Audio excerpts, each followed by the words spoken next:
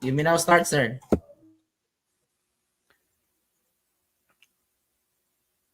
Okay, good evening, everyone.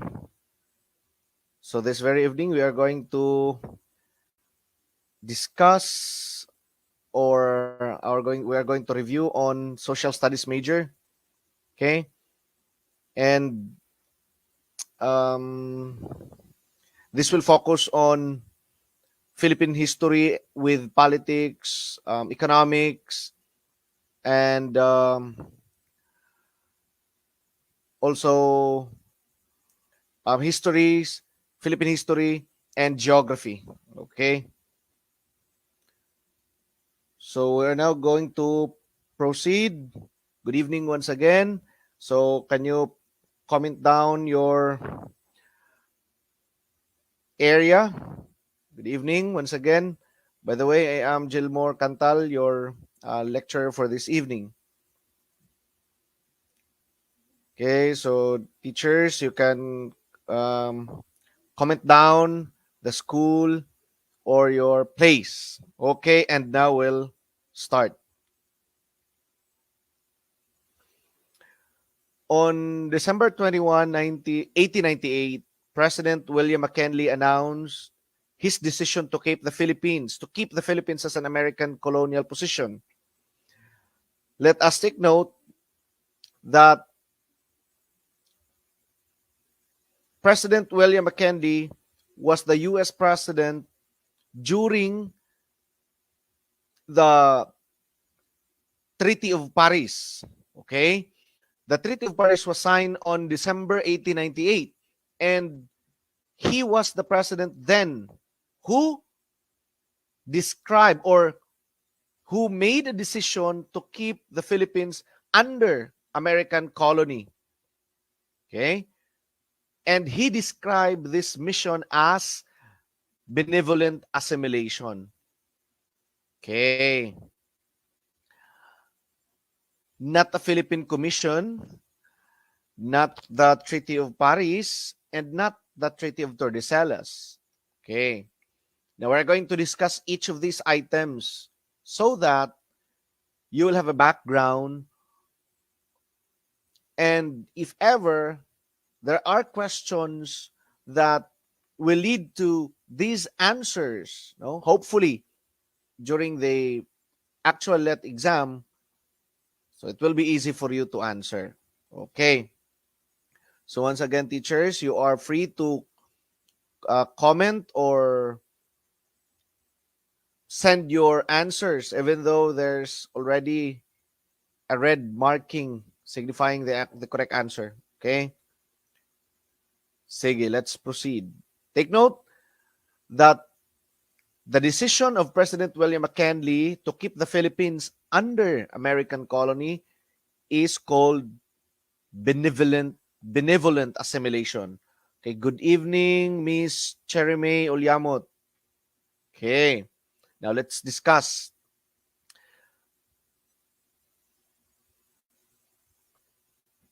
Take note that there were two Philippine commissions during the American period. Okay, the first one is the Sherman Commission, and the second one is the Taft Commission. Take note of that one. The Sherman Commission was the first Philippine commission, and it was headed by Dr. Jacob Sherman. Okay, who led the first commission of the Philippines? In the Philippines, Dr. Jacob Sherman. And they arrived in Manila on March 4, 1899. Good evening, Miss Rhea. Good evening, Mr. Clifford Arias. Okay. The first Philippine Commission, take note of that one, was headed by Dr. Jacob Sherman. There were only two commissions during the American period. Okay. Second is the Taft Commission. It was headed by William Howard Taft. That's the second Philippine Commission. And the thing that we must remember in the Taft Commission is that it established a judicial system. Okay? And including the creation of the Supreme Court. Okay? And it was actually Cayetano Arellano who became the first Supreme Court Chief Justice. Okay, we have here from Canlaon City, Negros Oriental. Good evening, Mr. Anthony. Okay. Good evening, Miss Alert Miss Tessie. Okay. Again, there were two Philippine commissions during the American period. The first one is the Skerman Commission, headed by Dr. Jacob Skerman. Take note of that one. Arrived in Manila on March 4, 1899. When was the Treaty of Paris signed? December 10, 1898. Okay. And President McKinley decided to keep the Philippines as an American colony December 21, 1898. Okay. Signed already the Treaty of Paris that the Philippines will be ceded to US. Okay. And United States paid $20 million to Spain. Okay. Let's proceed. Dr. Jacob Skerman, head of the first Philippine Commission. The second was William Howard Taft.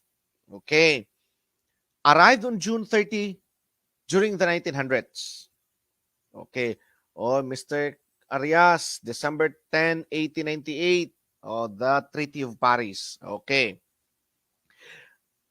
Take note, one thing that we should remember during the Taft Commission is that it established a judicial system in the Philippines. Okay.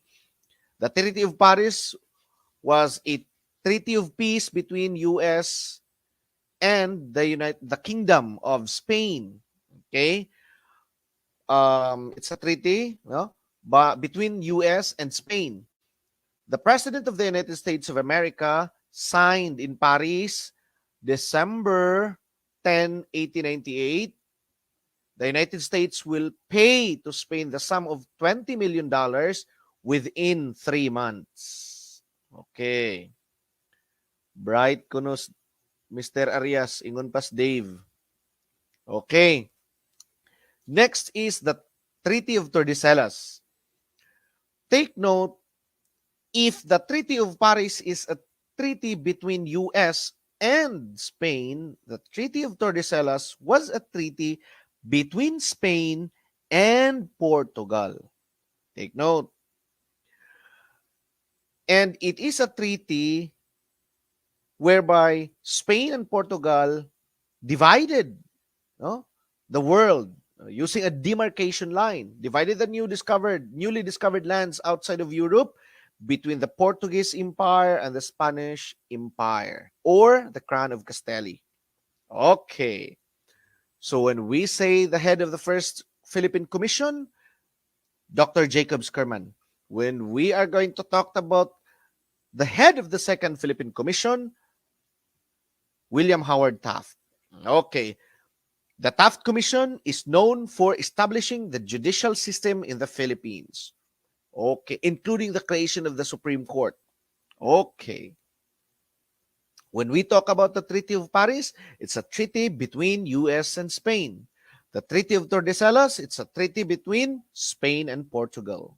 Okay. Let's proceed.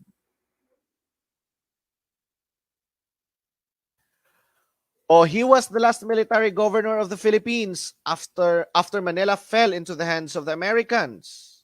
Okay. Take note that there was a Spanish-American War. No? And later, there was an Philippine-American War. And when Manila fell into the hands of the Americans, they then established a military government. Okay, and there were three military governors of the Philippines. Okay, and the last was General Arthur MacArthur, the last military governor of the Philippines. Okay, Sherman, head of the First Philippine Commission.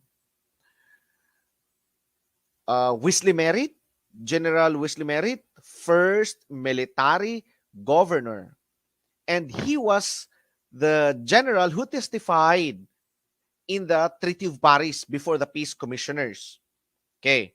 And the second military governor was Elwil Otis. And third and the last military governor was MacArthur. After the establishment of a military government in the Philippines, a civil government was then established.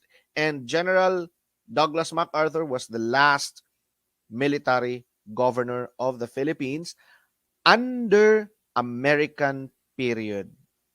Okay. Next. Okay, good evening once again, teachers. Okay. You can comment down the place you're from. Okay, where are you from? Okay.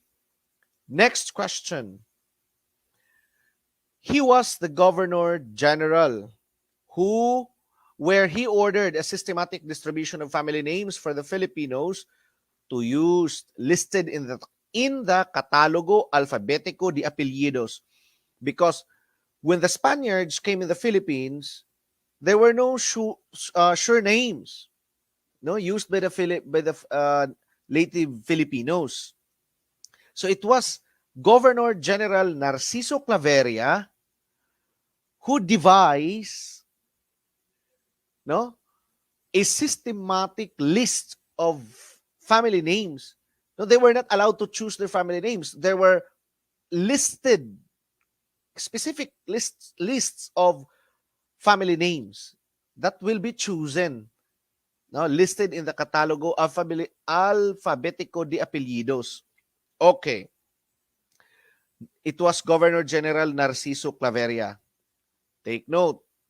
Narciso Claveria, Catalogo Alfabetico de Apellidos. What about for Dispuhol? Dispuhol was the Governor General who? Saman. He was the Governor General who exiled Rizal to Dapitan. And Governor Camilo Pulavieja was the Governor General who signed the execution of Rizal. What about for Diego de los Reyes?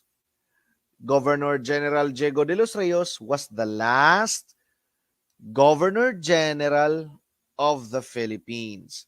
The last Governor General. Just remember that one. The last. Narciso Claveria, systematic list of family names for Filipinos. Dispuhol, exiled Rizal to Dapitan. He was the one who sent Rizal to Dapitan. Pulavieja, he signed the execution of Dr. Jose Rizal. De los Reyes, the last Governor General of the Philippines. Okay. He was the Governor General when the Spanish-American War took event. Okay. Head of the First Philippine Commission, Dr. Jacob Skerman. Head of the Second Philippine Commission, William Howard Taft. Okay. During the civil government under Taft, when Taft became the civil governor of the Philippines, actually he was the first civil governor. Okay, the first civil governor, William Howard Taft. He was the head. He was the head of the Second Philippine Commission. Okay. Known for establishing a judicial system in the country. But before the establishment of a civil government in the Philippines, a military government was first established, right? Who was the first military governor? Wesley Merritt.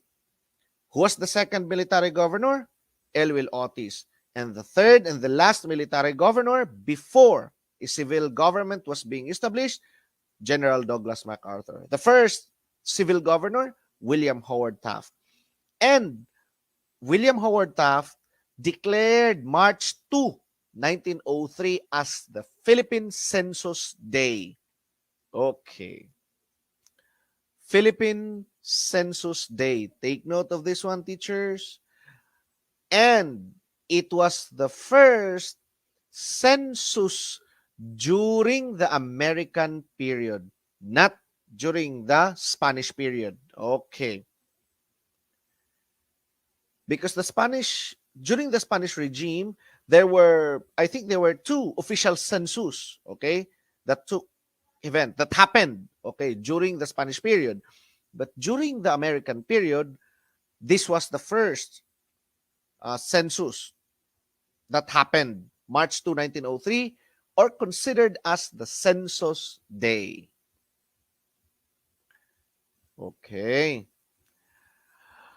Odara. Now, teachers, I said a while ago that March 2, 1903 was not the first census of the Philippines. It was the first census during the American period.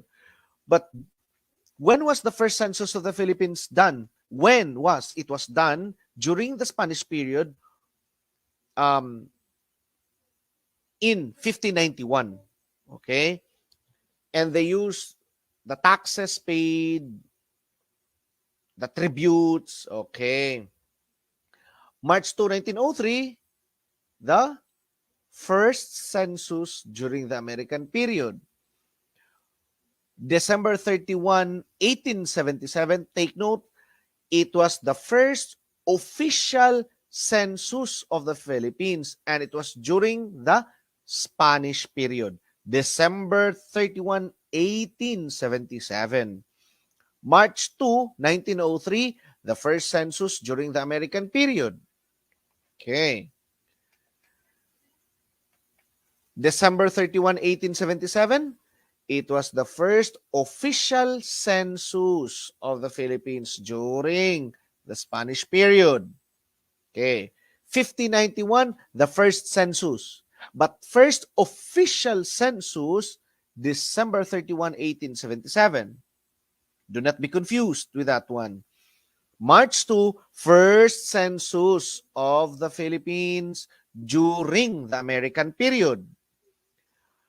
1591, first census of the Philippines. First census, because we were under Spanish period, no? Spanish regime. But the first official census of the Philippines were records of the total living inhabitants of the country was being collected through parishes and Cabeza de Barangay to the Gobernadorcillos was on December 31, 1877. 1939 was the census during the Commonwealth period, during the term of Manuel L. Quezon. Okay. Take note. We're going to review this one later on. Okay. March 2, 1903, during the American period, the first census day of the Philippines during the American period. 1591, the first census of the Philippines, the first ever census done in the Philippines. That was during the Spanish period. December 31, 1877 was the first official census of the Philippines. 1939 was during the Commonwealth period under Manuel L. Quezon, the second census of the Philippines. Okay.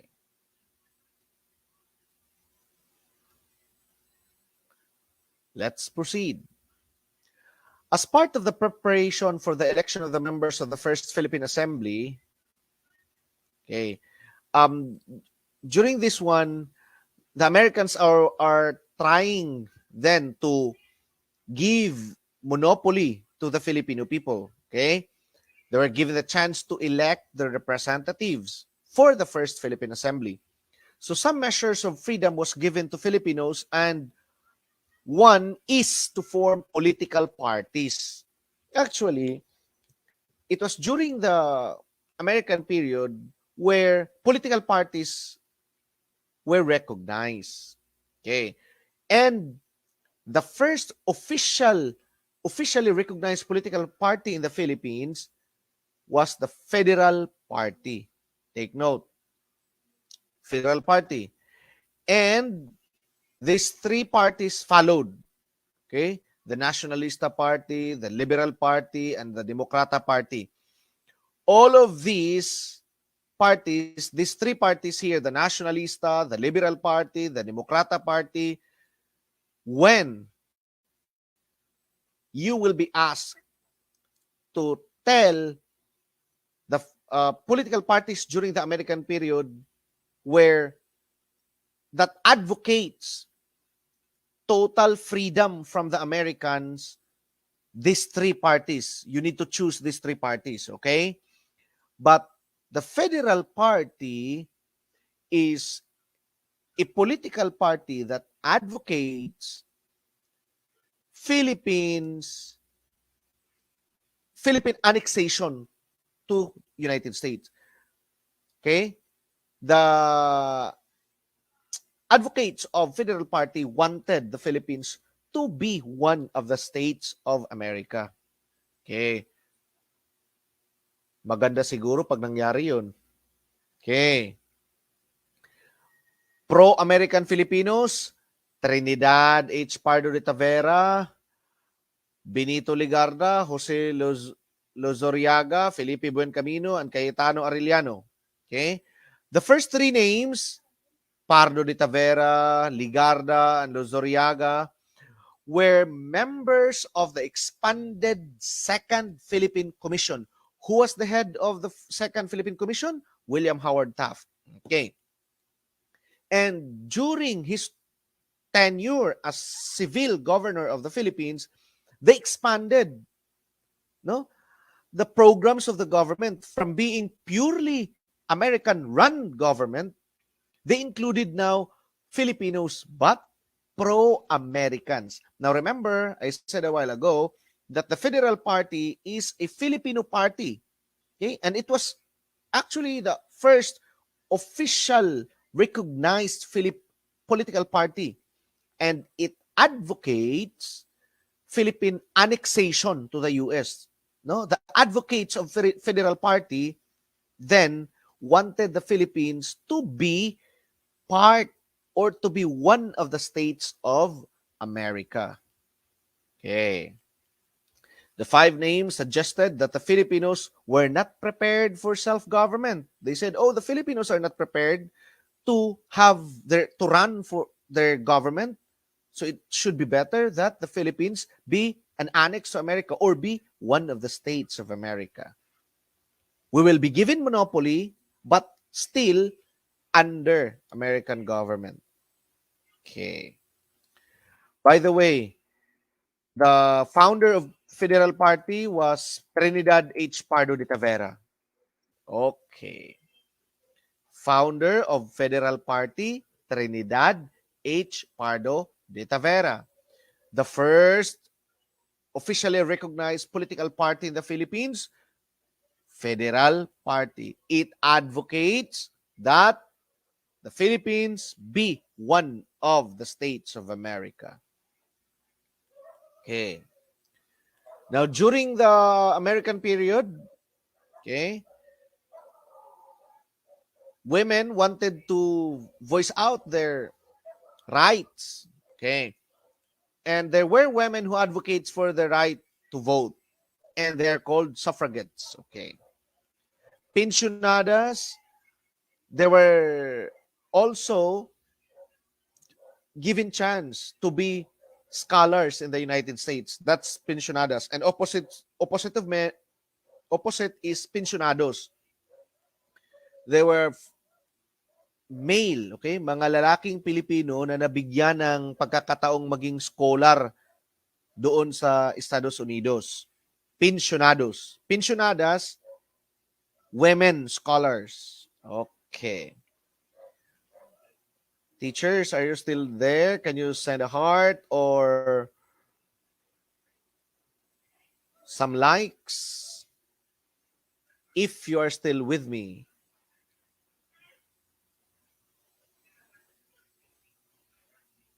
Okay. Good evening, dear teachers. This. Okay, thank you. Let's proceed. Women who advocating for the right of women to vote, they're called suffragettes. Okay. Now let's talk about the first organic law for the Philippines enacted by US Congress. Take note, we're discussing here the period whereby the Philippines was still under American period, okay? The first organic law, because Jones Law is still an organic law for the Philippines, but the first organic law is Cooper Act, okay, or the Philippine Bill of 1902, okay? And it was the first bill enacted by the US Congress for the Philippines. Okay. Important features of Cooper Act. Take note, the Cooper Act removed Catholicism as a state religion. Okay? Take note, we're now discussing the Philippines during or an American period. We're no longer discussing the Philippines during the Spanish period. The first organic law, Cooper Act. One of the primary features of Cooper Act is removing the Catholicism as state religion. Okay? And establishes the Bill of Rights for Filipinos. Okay. Let's proceed. Oh, this one is very easy. He died in his young age, but he is honored now as the hero of the Battle of Tirad Pass, Gregorio del Pilar.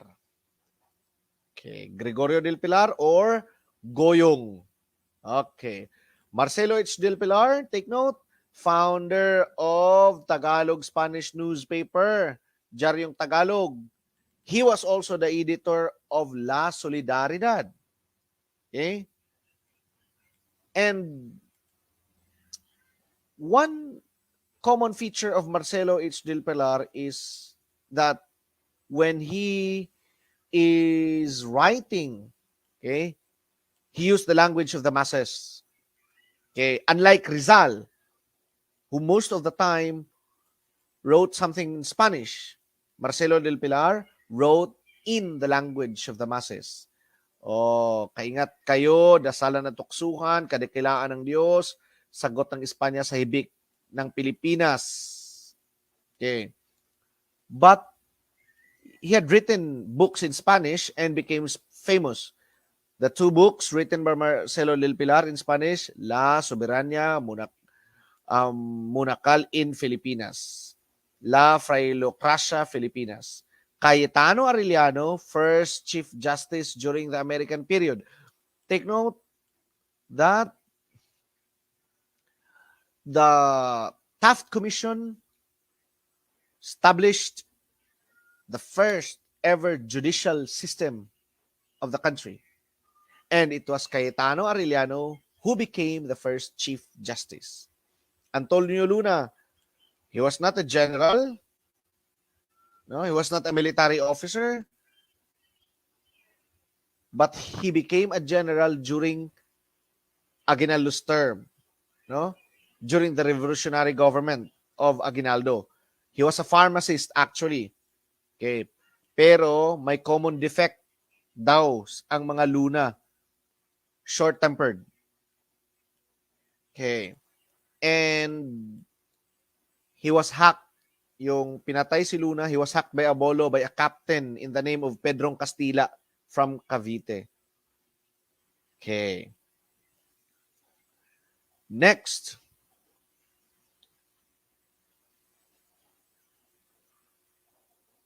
Quezon, who became the president of the Commonwealth, was against the heir who is cutting law. Harry who is cutting law. Okay. He went to US and negotiated for the passing of a new law known as the Tidings-McDuffie Act. Actually, walang pinagkaiba. There's no big difference between the Harry who is cutting law and the Tidings-McDuffie law. But why is it that Quezon went to US and negotiated for a passing of the new law when in fact almost the Tidings-McDuffie Act is almost an exact copy of Harry who is cutting law. Okay? There were only few revisions and it was only about a military play, something like that, okay, of the US to stay here in the Philippines. Okay.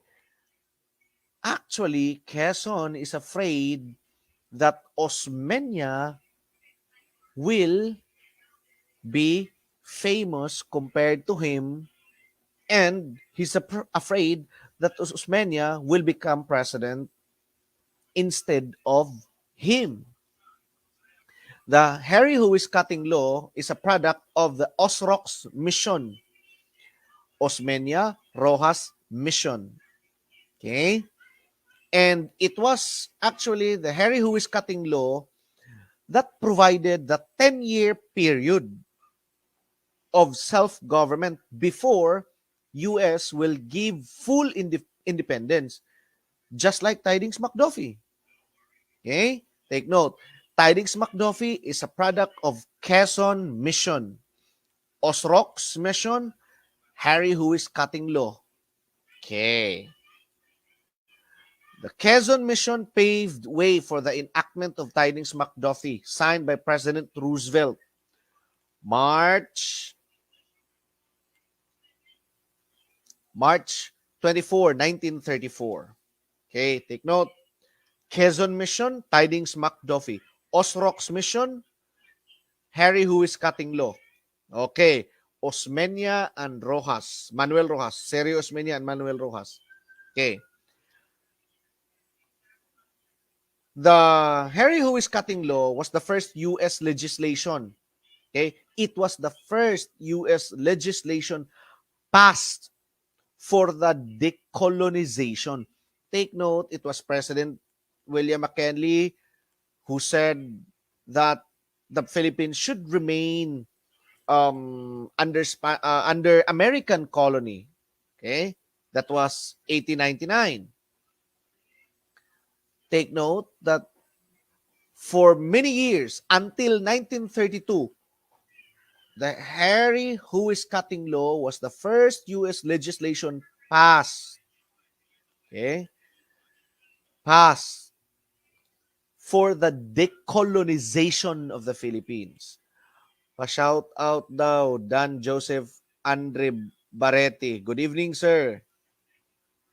Shout out, Dan Joseph Andre Baretti. Good evening, sir. Thank you for being with us. Ma'am Abigail. Good evening. Okay. Next, it was passed by the U.S. Congress in December 1932, but vetoed by President Herbert Hoover. Okay. But Congress overrode the veto, and the following year, during the Roosevelt administration, the Harry who is cutting law was passed. Okay. Again, 1932, the U.S. Congress legislated the Harry who is cutting law to decolonize Philippines. It was vetoed by President Hoover. But the Congress overrode the veto and passed the Harry Who is Cutting law the following year, 1933, and it was during the presidency of Roosevelt. And maybe Roosevelt and Quezon has something in common because the following year, or maybe Quezon has this charisma and persuaded Roosevelt to sign a new law, which is Tidings-McDuffie, and be the law for the Philippine decolonization. Take note that the Tidings-McDuffie is almost identical to Harry Howey's cutting law. No? The revision was only about a military base. Okay, take note. The Harry Howey's cutting law was the first law that provided that the end of the 10-year period, quote, to be named Commonwealth period, the Philippines will be granted independence, just like the Tidings-McDuffie. Okay, walang pinagkaiba, almost identical. The only thing is the Tidings-McDuffie have this revision of the military base. Okay. The Tidings-McDuffie Act, product of Quezon Mission. The Harry Who is Cutting Law, Osrock's Mission. Okay. Teachers, give me a heart or a thumbs up if you're still with me. Okay, hope you're still following with me. The Jones Law. It replaced the Organic Act of 1902. What was the first Organic Act of the Philippines? Under U.S. legislation? That was the Cooper Act. Cooper Act. Okay. And the Jones Law replaced the 1902 Organic Law of the Philippines, and it provides the intention of the U.S. government for Philippine independence as soon as there is a stable government that was established. Okay. The Tidings-McDuffie provided a 10-year transition period to independence during which the Commonwealth of the Philippines was established. Okay. Very good, Sir Dan Joseph. The first organic law, Cooper Act. Okay. Next, let's proceed. He is the last president of the Commonwealth and the first president of the Third Republic. Last president. There were 3 presidents during the Commonwealth period.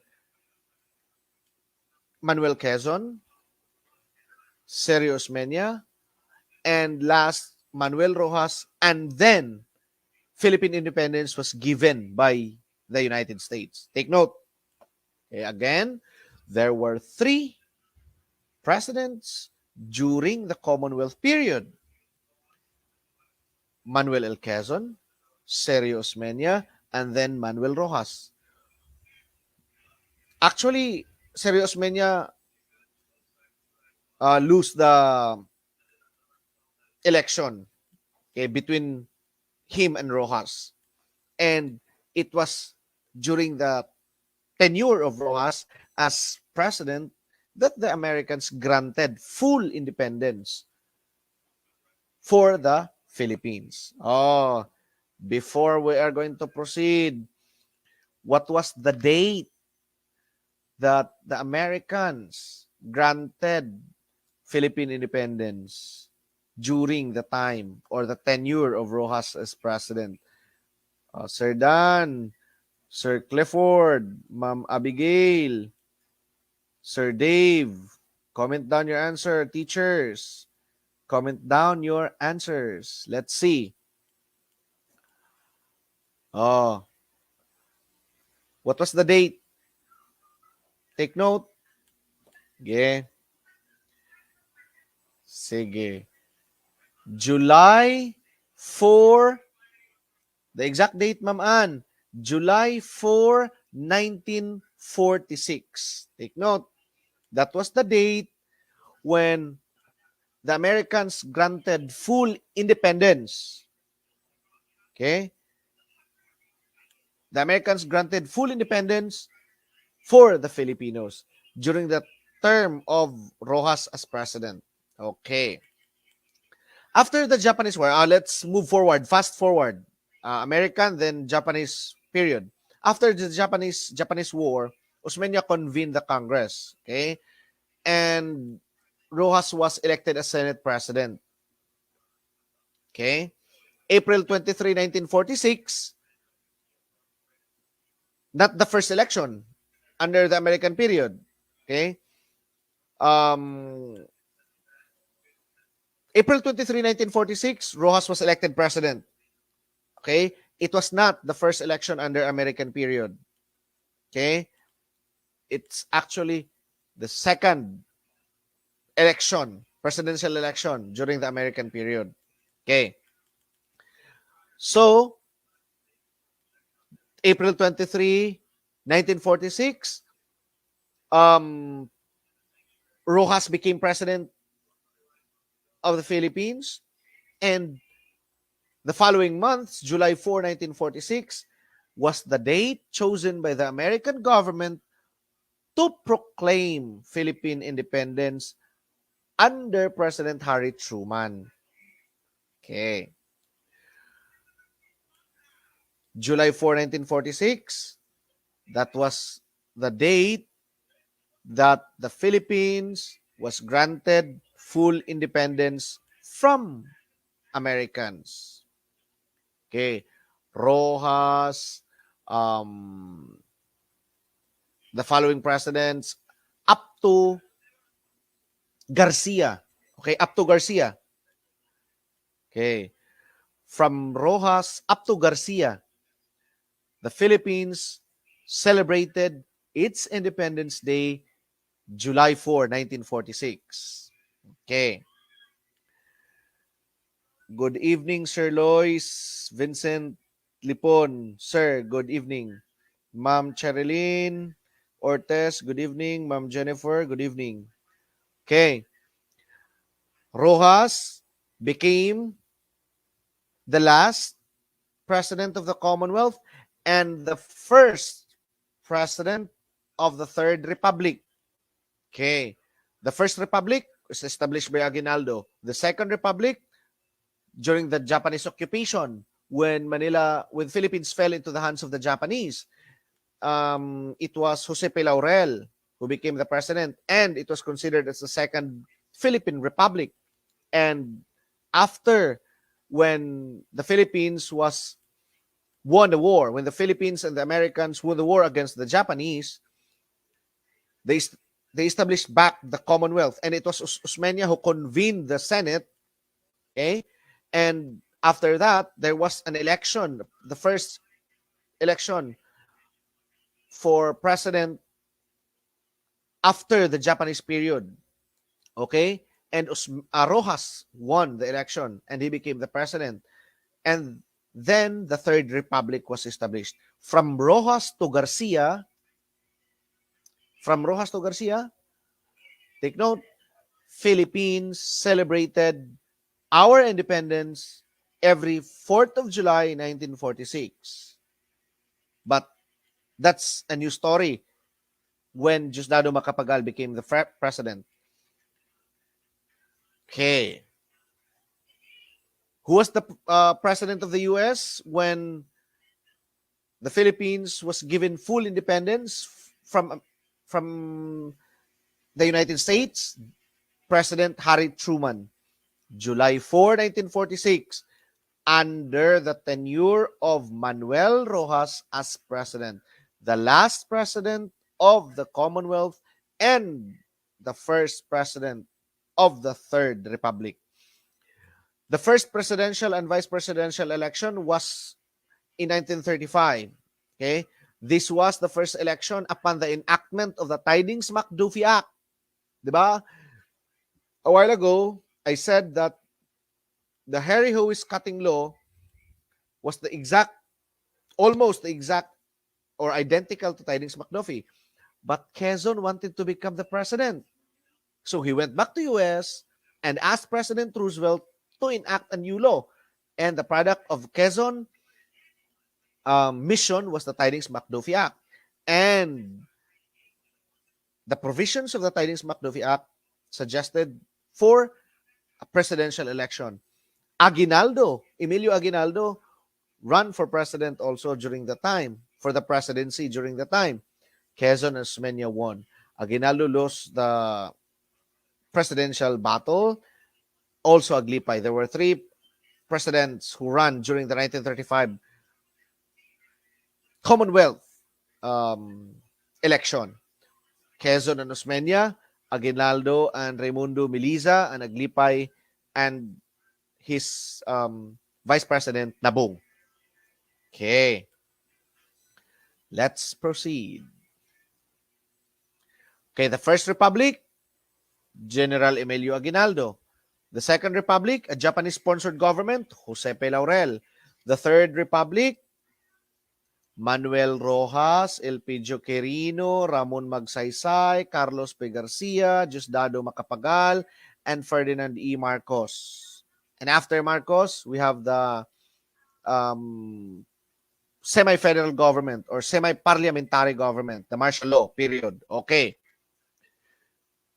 I said a while ago that from Manuel Rojas up to Carlos P. Garcia, the Philippines celebrated its Independence Day every 4th of July.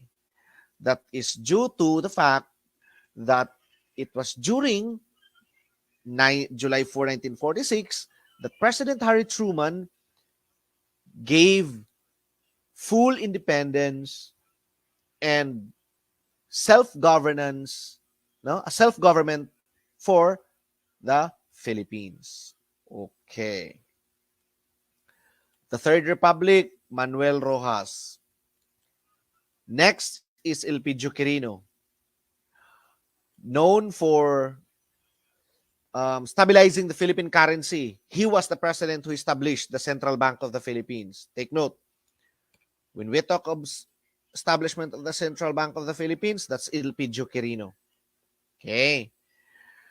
And also, he was haunted by the Hook Balahap. Okay. Signed into law the Magna Carta of Labor and the Minimum Wage Law. Okay, let us remember, Central Bank of the Philippines, Magna Carta of Labor, and the Minimum Wage Law. That's Elpidio Quirino.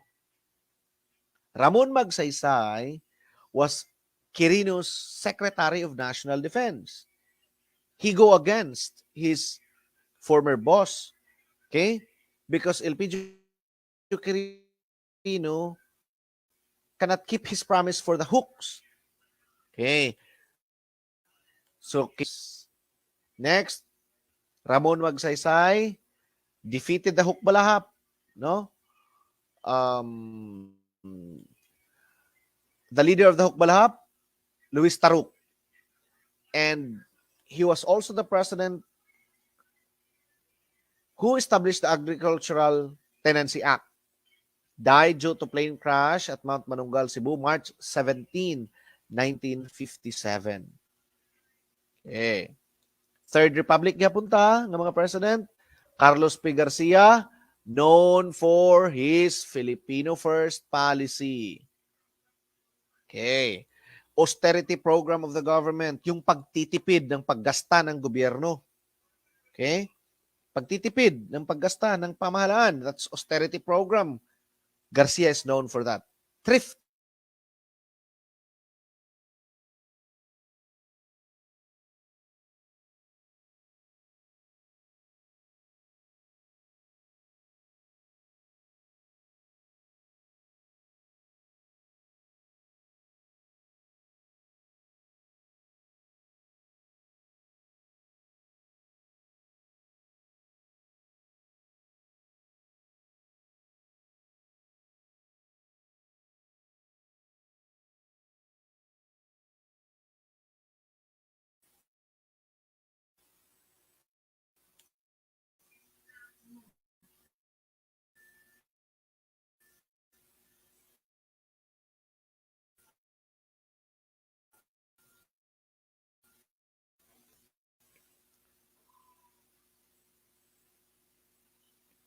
Okay, good.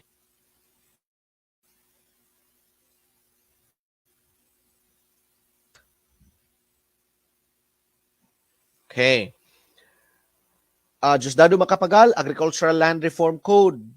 And he was the president who changed the Independence Day from July 4 to June 12. Okay. Binalik niya. Remember that it was Aguinaldo who declared Philippine independence on June 12, right? 1898. And the Americans, it was only the Americans who suggested that July 4 is their chosen date to give full independence. And from Rojas up to Garcia, July 4 is the Independence Day of the Philippines. And it was Diosdado Macapagal who changed it to June 12. Okay. He's also known for establishing the Mafilindo. Okay. That's the precursor of ASEAN. Okay. Malaysia, Philippines, and Indonesia. Okay. Ferdinand E. Marcos declared martial law. Take note, Proclamation number 1081, September 21, 1972. Prior to this one, there was a constitutional convention headed by Carlos P. Garcia. Okay? 1971, there was a constitutional convention. It was headed by Carlos P. Garcia, but Carlos P. Garcia died 3 days after his election as head of the constitutional convention. And he was succeeded by Diosdado Macapagal. Okay? They were both previous presidents during the constitutional convention, but martial law was being declared. Okay. He ordered the cancellation of writ of habeas corpus and martial rule. Okay. It's a form of government backed by militaries. Okay. Now, let's go back to the American period.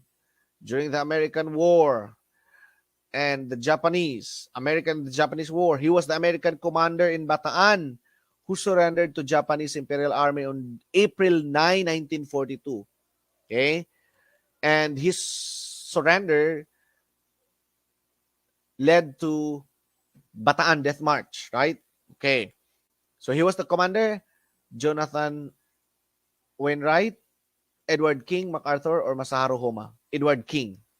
Bataan Commander, Edward King. Corregidor, Jonathan Wainwright. Okay. MacArthur was in Australia during this time when Bataan fell and Corregidor surrendered. Okay. Masaharu Homa was the chief general of the Japanese Imperial Army. Okay. Take note. Bataan Commander, Edward King. Corregidor, Jonathan Wainwright. Okay. Now, remember that when the Treaty of Paris was being signed on December 10, 1898, okay? Signed but not yet ratified. It was signed in Paris, right? Between US and Spain. But the Peace Committee needs to present it to US Congress. It's not been yet ratified. So that's why Aguinaldo sent some Filipino diplomats, no? And it was Felipe Agoncillo who was assigned to go to US and have an official audience with President McKinley and asked him that that Spain has no jurisdiction over the Philippines. Okay? And it has no power or right whatsoever to see the Philippines to US and to recognize Philippines as a country and an independent with its government and with its constitution. Okay? So it was Felipe Agoncillo who went there. Mariano Ponce and Faustino Lichauco was sent to Japan, and Antonio Maria Regidor, I think he was sent to England. Okay. They were Filipino diplomats. Okay. So, Felipe Agoncillo was a Filipino diplomat with the most important assignment, which was to seek official audience with President McKinley to prevent the ratification of the treaty between US and Spain. Okay. And take note, it was President William McKinley who declared that who decided that the Philippines should remain under American colony because of his mission as benevolent assimilation. Okay. Okay, let's proceed. Okay, let's review. American commander in Bataan, Edward King. Okay. Corregidor, Jonathan Wainwright. First head of the first Philippine Commission, Dr. Jacob Skerman. Head of the second Philippine Commission, William Howard Taft. First civil governor of the Philippines, William Howard Taft. Okay. Established a judicial system of the country, the Taft Commission. The three military governors of the Philippines, Wesley Merritt, Elwell Otis, and the last, MacArthur. Okay. A Filipino diplomat sent to seek official audience to President McKinley to prevent the ratification of the Treaty of Paris and to recognize Philippines as an independent country, a country with its own government and a constitution. That's Felipe Agoncillo. Okay, let's proceed. A mechanism or arrangement whereby buyers and sellers interact and in the process determine the price and the quantity bought and sold. Automatic market. Not school, not agriculture. We can tell business, but when we are going to talk about the concept in economics, it's market. Okay, very good, Ma'am Cherilyn. Okay. Now later on, we're going to review. We're going to review. Okay. Next, it is the combination of inputs or factors of production in order to make goods and services. Combination of inputs or factors of production in order to make goods and services, that's production. By the way, what are the factors of production? Dara. Factors of production, land, labor, capital. Nay usang na puno. Classical economists considered only 3 factors of production. Considered only 3. Classical economists. But for modern economists, they have considered a 4th factor. It's entrepreneurship. Okay.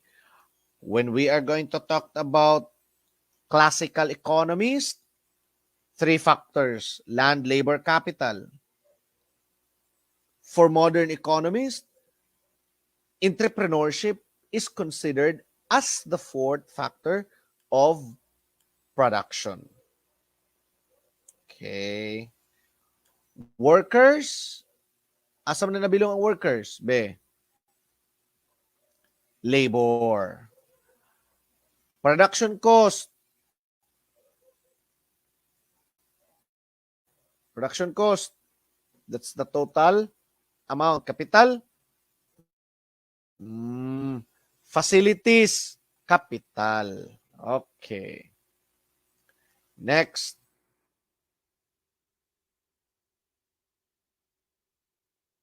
It pertains to the topsoil. O, klaro na kayo. Pertains to the topsoil and all natural resources in it.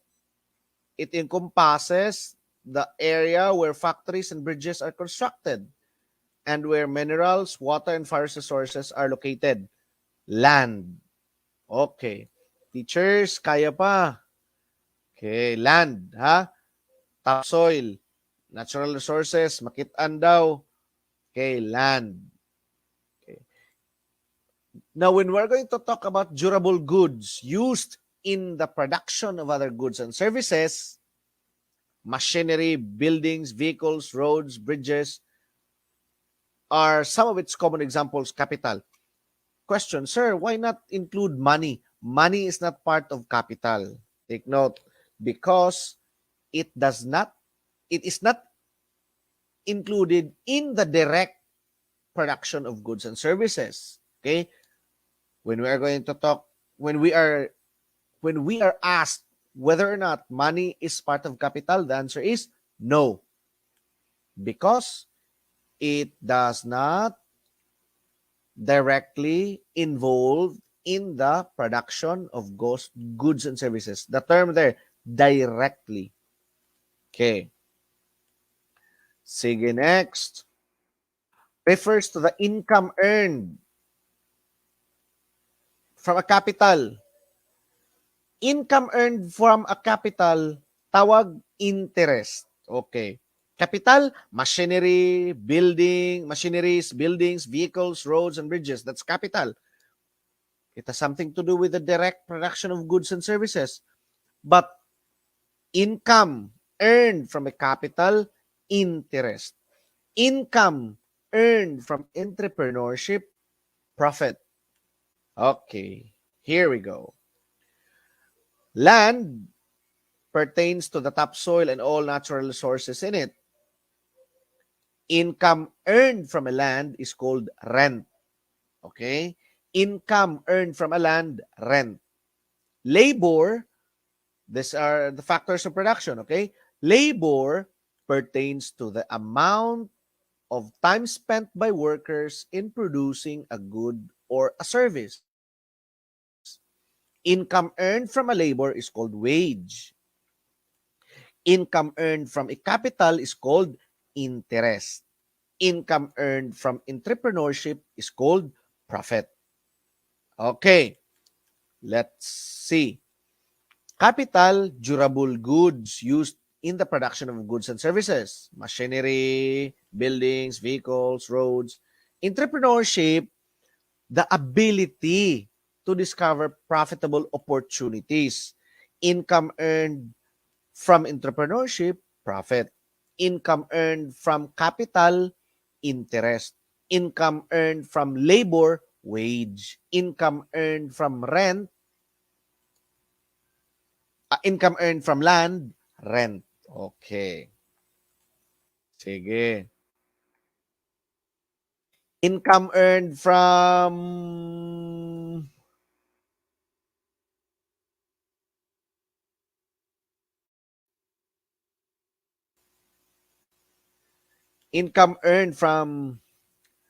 capital, income earned from capital, interest. Okay. Income earned from land, rent. Income earned from labor, that's wage. Income earned from entrepreneurship, profit. Okay. Income earned from capital, rent. Wage, interest, profit. Capital, interest. Land, rent. Labor, wage. Entrepreneurship, profit. Capital, interest. Okay. Income earned from entrepreneurship, profit. Okay, we talked about that one already. When we are going to talk about the area where factories and bridges are located, that's land. when it talks about the amount of time spent by workers in producing, nasa keyword, spent by workers in producing a good or a service, labor. Durable goods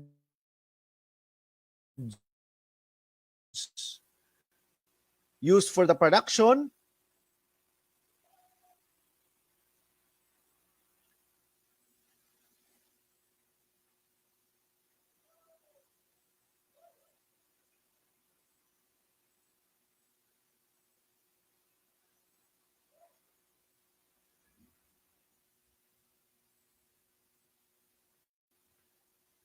case.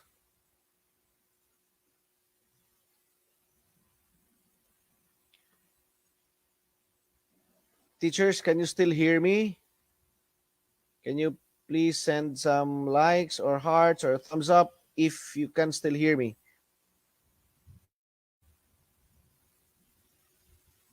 I think I need to turn off my uh, camera because of the internet connection. Thank you. I hope you can still hear me. Please comment down yes or hearts or thumbs up. Thank you. Okay, let's proceed. I again lost my internet connection. Sorry for that one, teachers.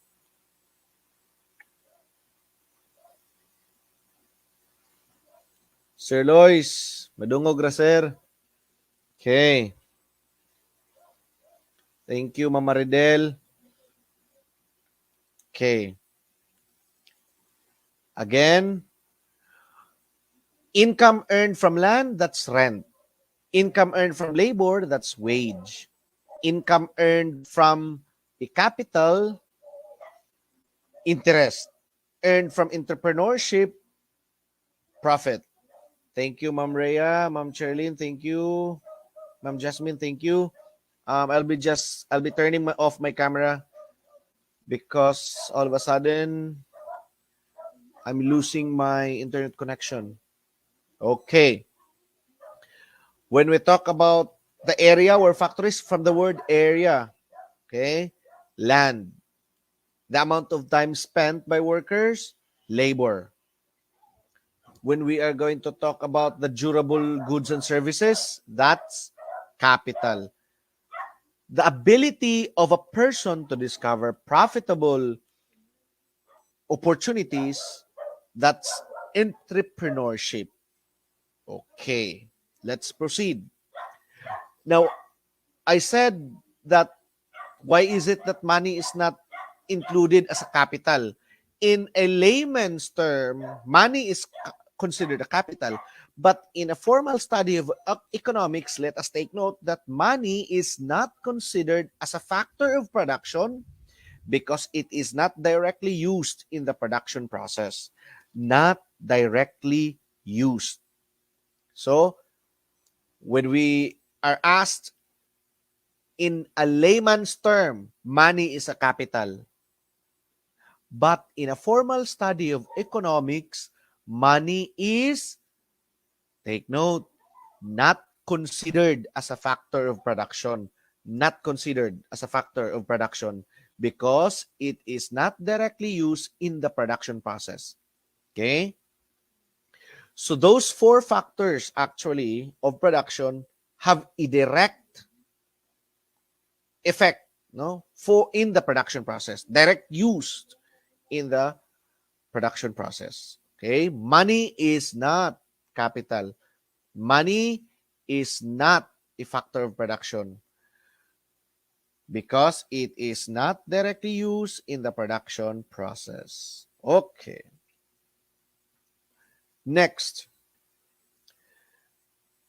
BJ drinks a glass of water to quench his thirst. This shows direct consumption. Direct consumption, immediate gratification of our wants. Okay? Utility maximization, when we talk about utility maximization, that's what we can get na, from a product at the total satisfaction that we can get from a product. Indirect satisfaction, consumption, will be asked later. The following question. consumption function, gali. Oh, sige. Give me time. Ang direct consumption, immediate gratification. Okay. When we talk about utility maximization, that is, let's say it this way, the maximum satisfaction or the maximum benefit that we can get out from a product, okay, that we consume.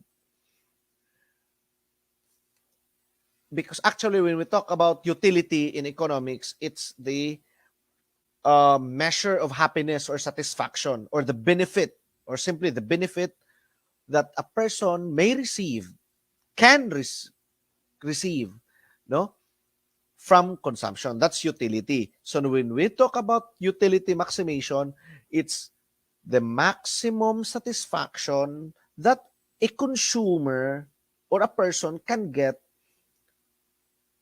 from his consumption.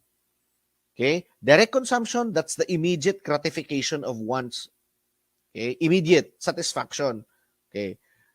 The boy here drinks a glass of water, cold water, because he's thirsty. BJ drinks a glass of water because he's thirsty. Okay? And to quench his thirst, he needs to consume cold water, a glass of cold water. That's direct consumption.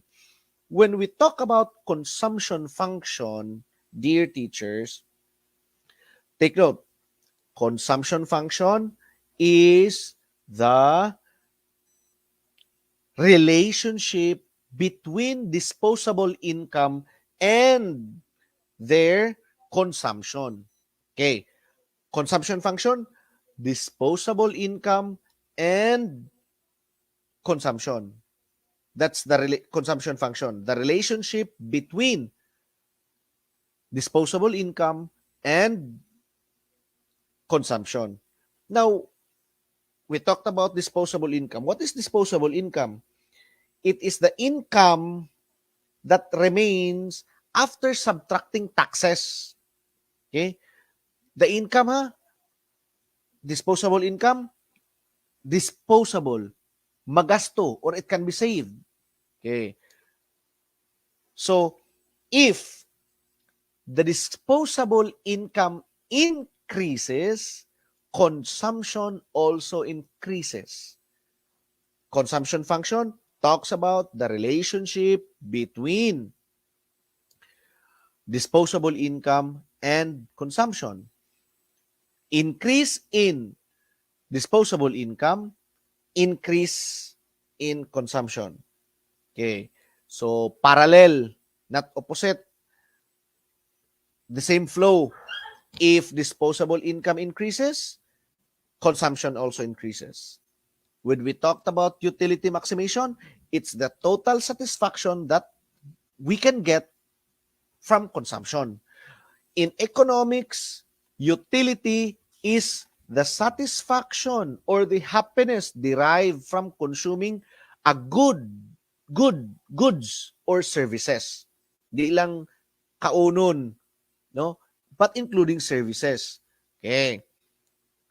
Utility or atong pasimplihin. Let's simplify the meaning of utility. Utility is the benefit we can receive. If we can benefit out of a thing, of course, we are satisfied and we're happy. That's utility. Okay. Now, next. Here, indirect consumption. BJ and LA Corporation buys tons of mangoes from local farmers to make local-made juice to address demands on healthy fruit juices which are locally made. Indirect consumption. The company is consuming mangoes. But the finished product which will be consumed by the consumers are the fruit juices. Okay, indirect consumption. Okay.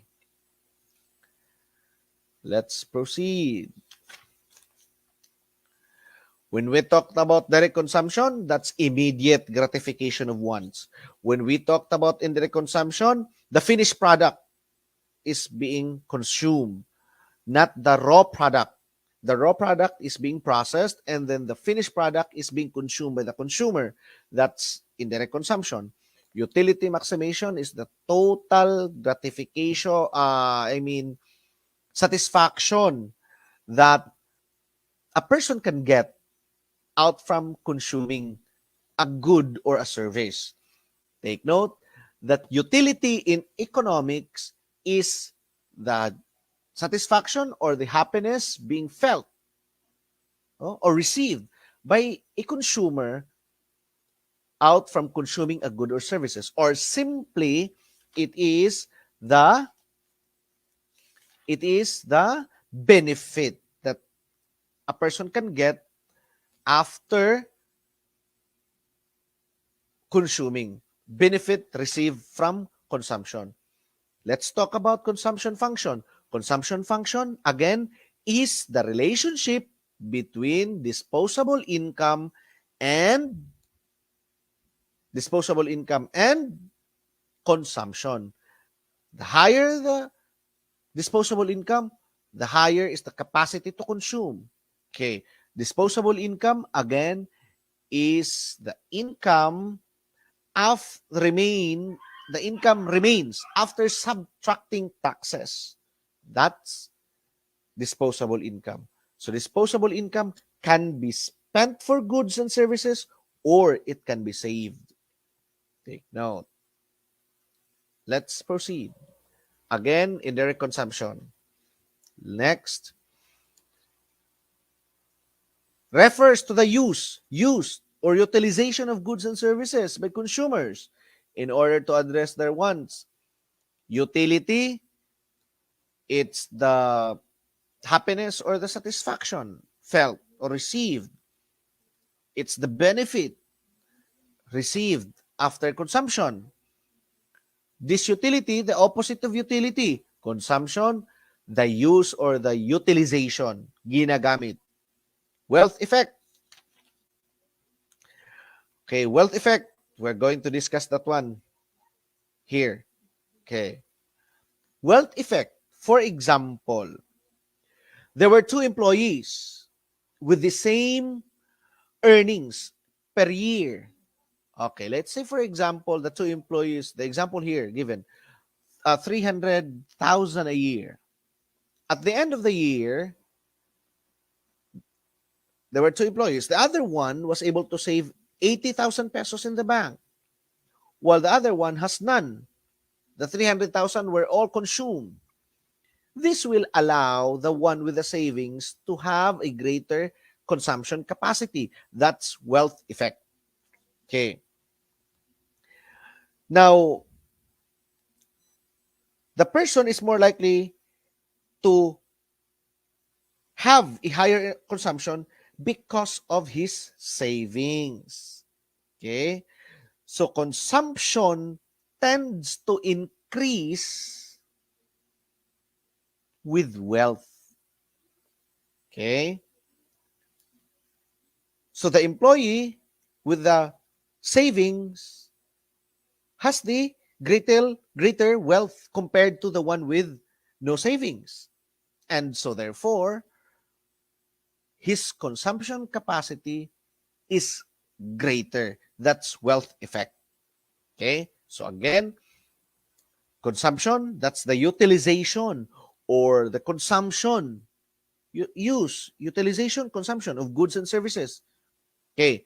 Utility, that's the happiness or the satisfaction that a person can get or can benefit after consuming. This utility, the very opposite. The wealth effect is the capacity of a person to have a greater consumption because of increase in wealth. Okay. Next. A decrease in tax rate will increase all demand. Increase in taxes. Okay. Decrease money supply. The increase exchange rate. It has nothing to do with tax rate. Increase money supply. Increase overall demand. Aggregate demand. Okay. Now, for example, if the taxes being paid by employees are way less compared to previous years, of course, the employees have now a greater capacity to consume goods and services. Instead, the money that will be paid for taxes will now be utilized for consumptions of goods and services. So a decrease in tax will increase overall demand. Okay. So take note that in cutting personal income taxes, the government actually is increasing the household's disposable income. Now, we talked about disposable income a while ago. Disposable income is the income after subtracting the tax. Simple logic. Kung maliit ang tax, konti lang yung bawas. And kung konti lang bawas, mas malaki ang pera. If you have greater money, you will have a greater capacity to consume. Okay? So in cutting personal taxes, the government increases the household's capacity or the household's in disposable income. And so therefore, if the household has a greater disposable or a greater disposable income, they have a greater wealth. And greater wealth is synonymous to greater consumption. We talked about that one a while ago. Okay. So if the household now has an increased disposable income, the household will spend some of this additional income on goods and services. Right? Okay? So we can say that a tax cut, or a decrease in tax increases consumption spending and also increases the aggregate demand. So a decrease in tax rate will actually increase overall demand. Okay. Ma'am Nivel Francisco, good evening, ma'am. Ma'am Cherilyn, good evening once again. Ernie, good evening. Good evening, teachers. Okay, let's proceed. Now, there are two fiscal policies that the government can adopt. It's the contractionary fiscal policy or the expansionary fiscal policy. Okay, let's talk about this one later. This might be included in the actual exam, economics, no? Maybe. Okay, the government adopts a contractionary fiscal policy when there is excessive inflation. Contractionary. Okay. Now, let's talk about contractionary fiscal policy. Okay. Contractionary fiscal policy is a decrease in government spending, rise in taxes. Okay? Rise in taxes. Or a decrease in government transfer. If there is high inflation, the government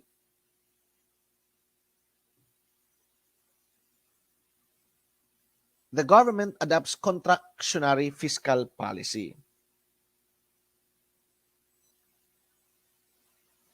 Okay. Now, I said that when there is inflation, government adopts a contractionary fiscal policy. The government implements contractionary fiscal policy by increasing taxes on those who earn more than 200,000, not selling government bonds. But a question, sir, what if um, increasing taxes only? Oh, that's the answer. Or it may only say increase in taxes. The government implements contractionary policy by increasing taxes. Okay? Or rise in taxes. Pwede ra pod. Okay. Not increasing government spending because if a contractionary fiscal policy is being implemented by the government, there is a decrease in government spending, not increase. Increase in government spending, that is in the expansionary fiscal policy. Take note. In an expansionary fiscal policy, there is an increase in government spending. Okay? And this is during recessions. Okay? This is, during this time, the economy, why demand is weak and unemployment rate is very high. So the government should adopt expansionary fiscal policy. Okay? Take note. During, or if the government is implementing contractionary fiscal policy, contractionary, there is a wide demand, excessive, and inflation rate is high. Okay, so government expenditure decreases. Okay, decreases, and taxes increase. This will, if the taxes will increase, this will lessen the disposable income of the families. And so, lessening the disposable income of the household will also weaken their capacity to consume and lessening the aggregate demand. That's how the government controls inflation. But if there is recession, there is high unemployment rate, and households are in the state of being less capacitated to consume, the government will be implementing expansionary fiscal policy. Government will spend more, or government expenditures will increase, and taxes are decreasing. You might be asking, how can government expenditure solve unemployment rate? For example, the government will order textbooks. For example, will government mag-order ng textbook worth 10 million pesos. Okay? This is just one example. To increase in demand for textbook induces company to increase employment, because the government wanted to buy books. So they wanted to buy books for example, for the new school year, 10 million. And for the other company, another 10 million. Say for example, so those companies will hire new employees. Okay? And those employees are now being capacitated to consume because taxes are very low during the expansionary fiscal policy. Okay.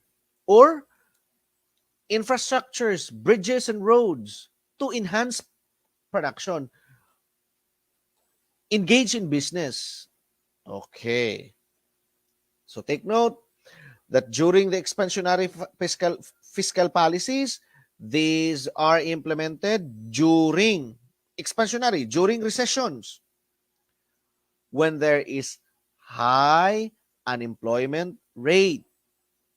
High employment rate. Demand is weak because households do not have, or let's say, for example, less capacitated to consume. So government expenditures will increase and taxes decrease. Okay. Opposite in contractionary fiscal policy. In an in a contractionary fiscal policy, demand is excessive, sobra-sobra, and inflation rate is very high. So the government will implement a contractionary fiscal policy through decrease in expenditures and increase in tax. Okay, I hope that's clear. Give me a thumbs up or a heart if it is indeed. Thank you. Uy, only one. Sana yung iba? Where are the others? Okay. Okay, thank you. So I hope um we did able to differentiate expansionary fiscal policy and contractionary fiscal policy. A government will adopt contractionary fiscal policy when there is inflation, okay? But when there is recession, expansionary fiscal policy.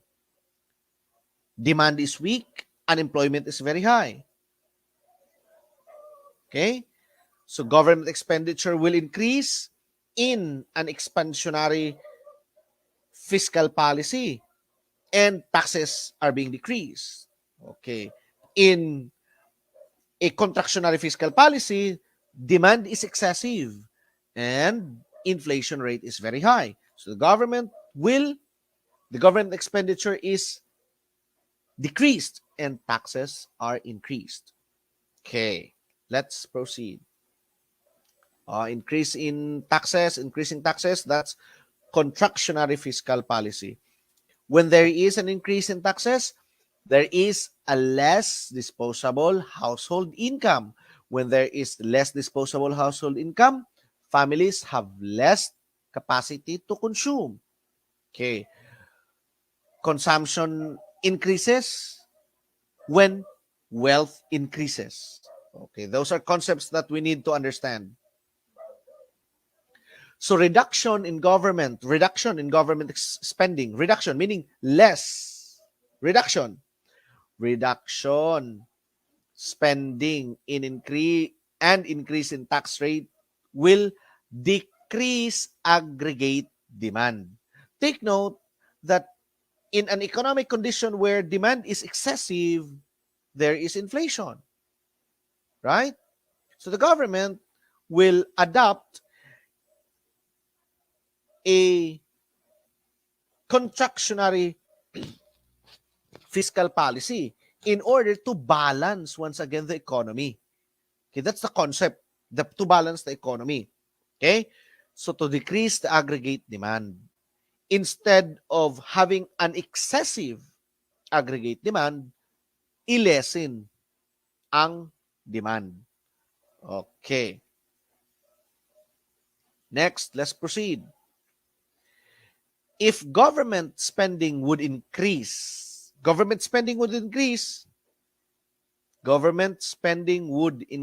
That's expansionary or contractionary?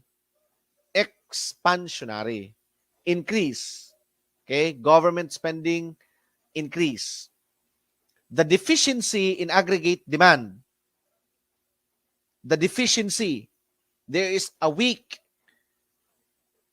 demand is weak during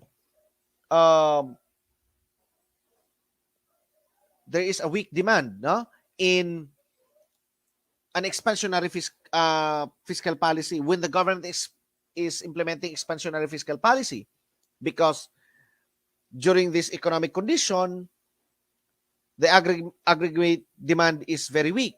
So in order for the government to balance again the demand, not to have a deficit agreement demand, not excessive but balanced, government need to spend to or increase its expenditure and may kulang lower taxes. So the deficiency in aggregate demand will be reduced. Okay.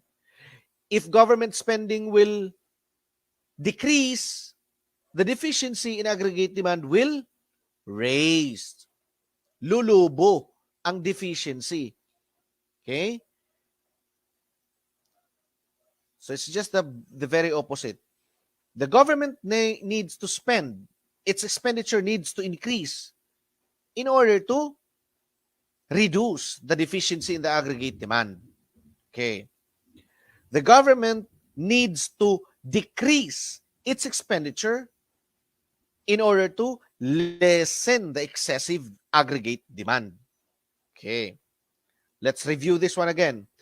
In an economic condition where wide demand is weak and unemployment is very, very high, employment rate is very high, government expenditure should increase and taxes should decrease. Okay? Take note. Now, in an economic condition whereby wide demand is very excessive and inflation rate is very high, the government expenditure needs to decrease and taxes are to increase to lessen the wide demand or the aggregate demand. So if the government spends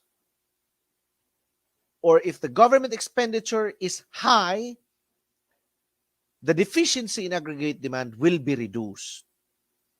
Okay.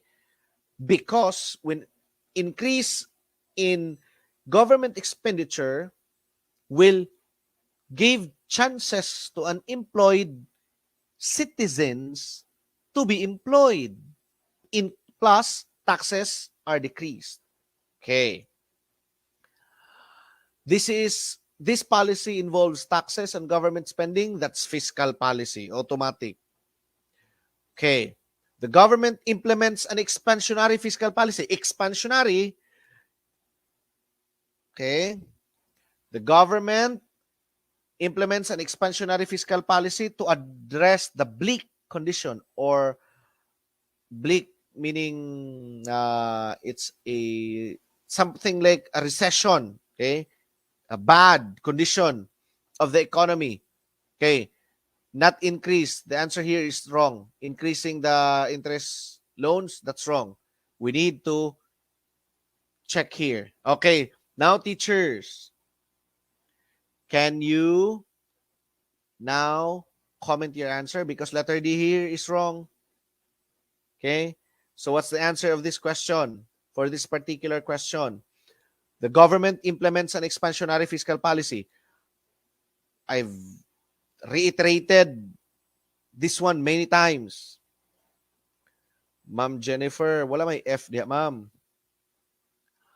The government implements an expansionary fiscal policy to address the bleak condition of the economy by expansionary fiscal policy, reducing workers of firms, reducing spending and increasing tax collection, increasing expenditures, and decreasing tax. Okay, teachers, can you now answer? Ma'am Cherilyn, Ma'am Cheremay, Ma'am Jennifer, give me your answers now. Ernie, Maridel. Sige. What's the answer for this particular question? An expansionary fiscal policy is being implemented. The answer is letter C. When a government implements an expansionary fiscal policy, take note, expenditure increases and taxes decreases. Okay? So, Ma'am Cherilyn, Ma'am Jennifer, Ma'am Maridel, Ma'am Cheremy, expansionary, gani, if it is expansionary fiscal policy, expenditure increases, tax decreases. Okay. If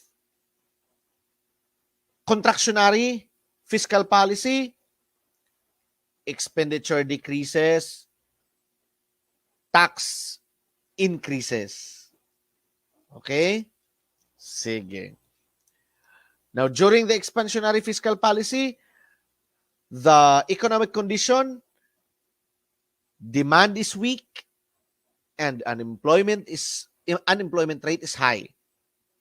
That's why the government needs to implement expansionary fiscal policy.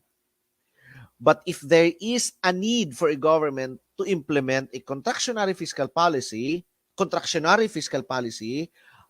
the economic condition is demand is excessive and inflation rate is high.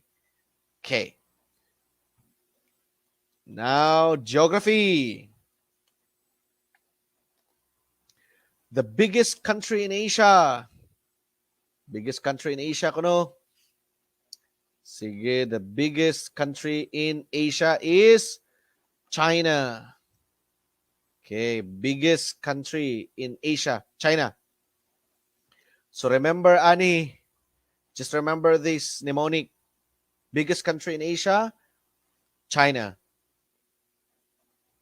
East Asia, China. Russia, RNA. RNA.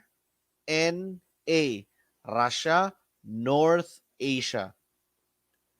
China, CHEA. China, East Asia. Kazakhstan, Kazakha.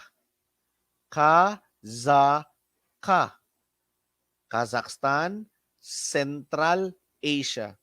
India, ISA. India, South Asia. Again, RNA, Russia, North Asia. Kazakhstan, Kazakhstan, Central Asia. China, CHEA. China, East Asia. India, ISA. India, South Asia. Okay. Biggest country in North Asia? Russia. RNA. Biggest country in South Asia? India. ISA. India, South Asia. Biggest country in Central Asia? Kazakhstan, Central Asia. Okay, RNA, Kazakhstan, CHEA, ISA, Russia, North Asia. RNA, Kazakhstan, Kazakhstan, Central Asia. China, CHEA, China, East Asia. India, ISA. Okay. Going to write it down.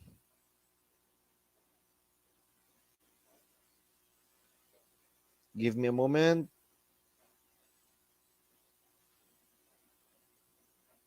RNA, Kazakhstan,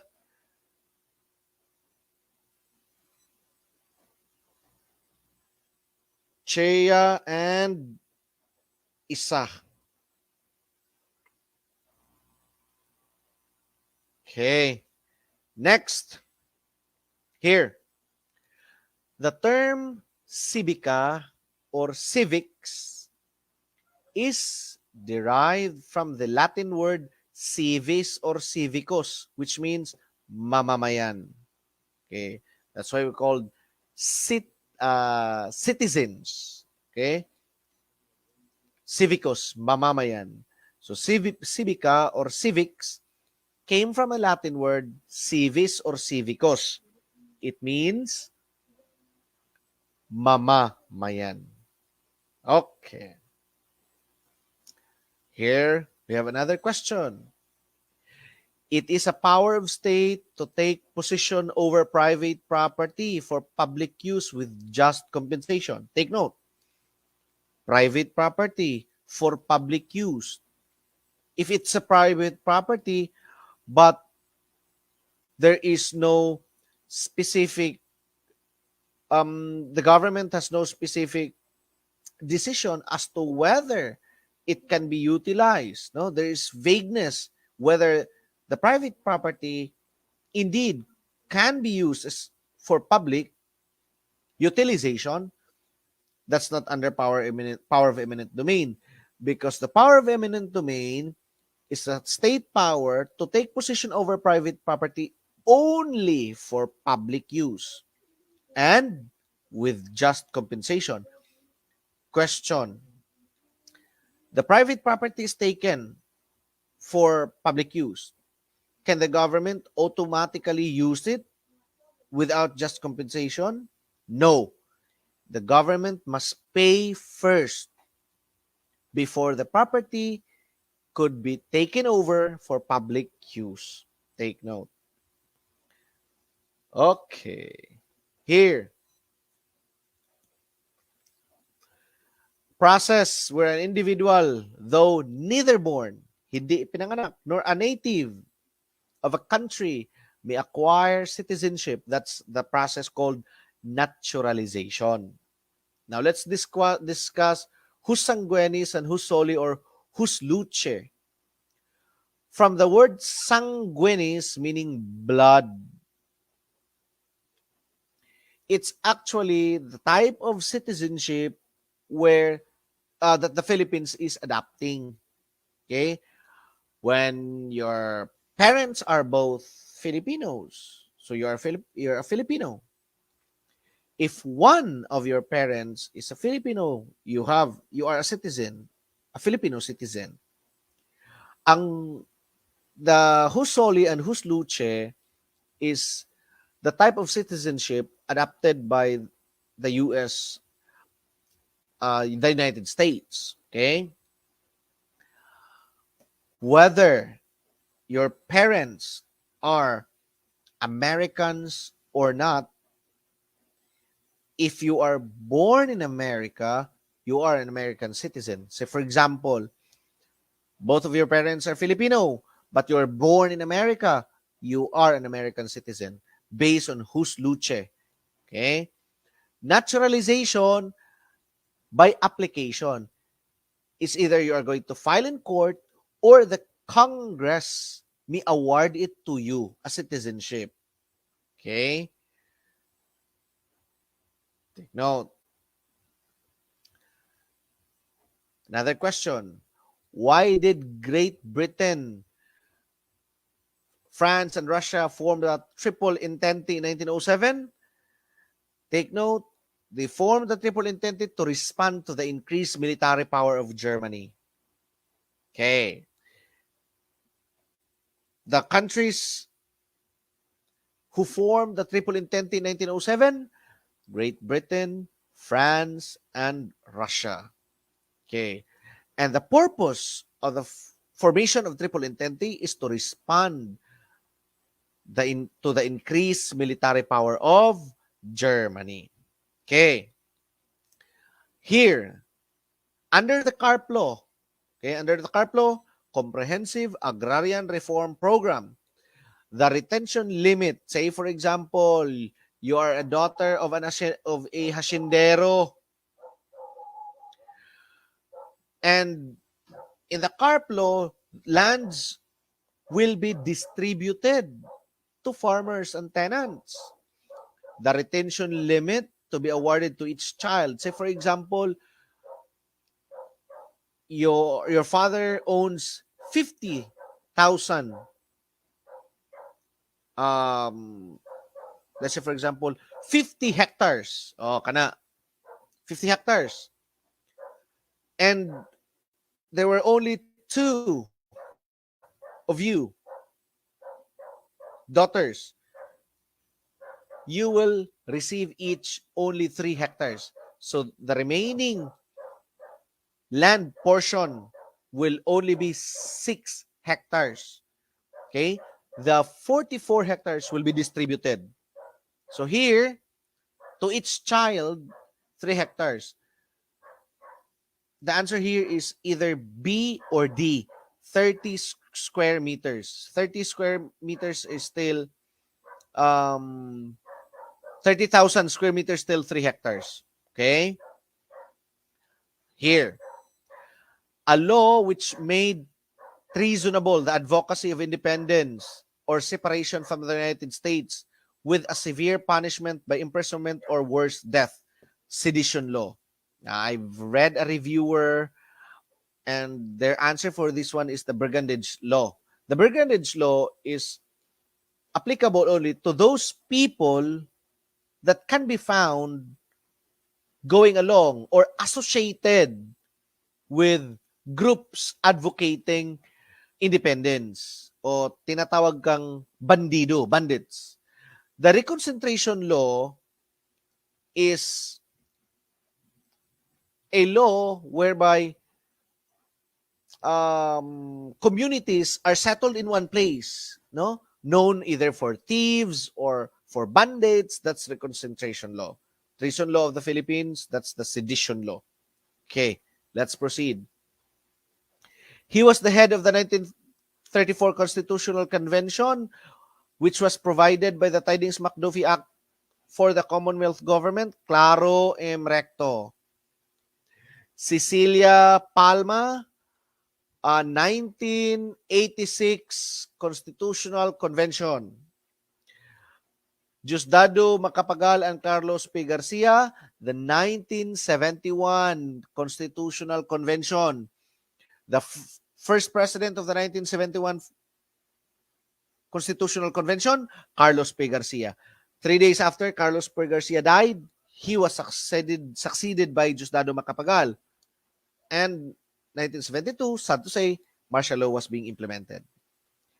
We have here the different sets of constitution, the Malolos Constitution. But prior to the Malolos Constitution, we have the Biak na Bato Constitution. Okay. Malolos Constitution, 1935 Constitution, no? Headed by the Constitutional Convention. This is the product of the 1934 Constitutional Convention, headed by Claro M. Recto. The 1943 Constitution during the Japanese government, or the Japanese government constitution, headed by Jose P. Laurel. The 1973 Constitution, or the modified parliamentary form of government. This was the time of martial law. 1986, the Freedom Constitution, and now we have the 1987 until now, which is the present Constitution. Okay. It is a trade route that opens trade around the world and pave way for spreading ideology. Silk Route. The Magellan's Route is known for circumnavigating the world. Caravan, Persian traders. Salt route. This is a route whereby essential salts are carried, no, during trades. But a trade route that opens trade around the world, it's a 4,000 mile that brings China to Europe, to the Roman Empire. Okay, 4,000 mile route, Silk Route. The known route that is said to pave way for spreading ideology, Silk Route. Okay. Next, the tax that is collected based only on income. Tax collected based only on income. Direct tax. Okay. Example of direct taxes: income tax, capital gain tax, property tax, estate tax, gift or donors tax. Okay? Based on income. So, levied directly on people. That's direct tax. Okay?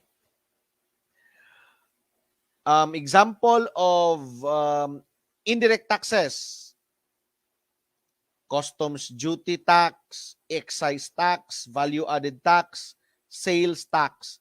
So, ang indirect taxes levied on a particular economic activities. For example, buying of commodities. For example, cellular cell phones or items, luxury items, cars, something like that. Okay, that's indirect. If it is levied on directly on people, that's direct tax. If levied on a particular economic activity, just like uh, buying or importing, that's indirect tax. Okay? Example, again, take down notes. Example of direct taxes. We have income tax. Direct on people man. Levied directly on people. Income tax. Capital gain tax. Okay? It's a profit. Kaning capital gain tax. It's a profit. Okay? Property tax. Value of land, for example. Improvement or personal properties. That's property tax. Estate tax. Transfers from deceased person to legal heirs. That's estate tax. Gift or donors tax. Examples of indirect, again, indirect taxes levied on particular economic activity, not on people. Customs duty, excise tax, value-added tax, and sales tax. Okay. Next question. It is a characteristic that is cultural rather than biological. It is an acquired identity and learned through socialization. Gender. When we say biological trait, sex. When we say acquired identity or cultural, gender. Take note. Okay. Teachers, still 28 viewers. Thank you for staying. I hope you will be learning something this evening. Okay. Despite the fact that it's already 10:30. It is the study of populations with reference to the size and density, mortality, growth, migration, and the interaction, social economic conditions, demography.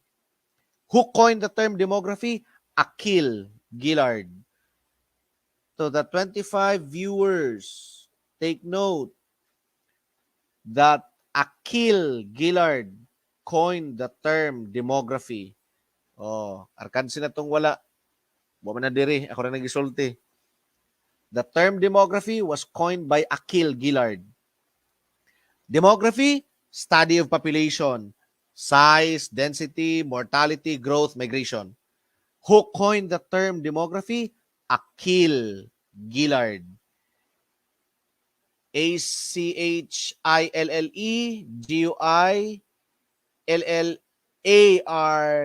Gillard. Okay. Akil Gillard. Okay. Here.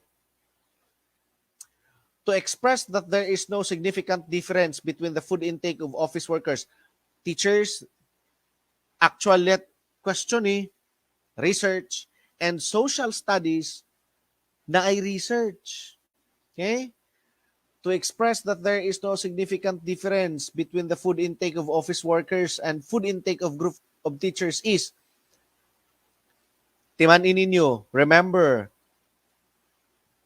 no significant difference, no significant.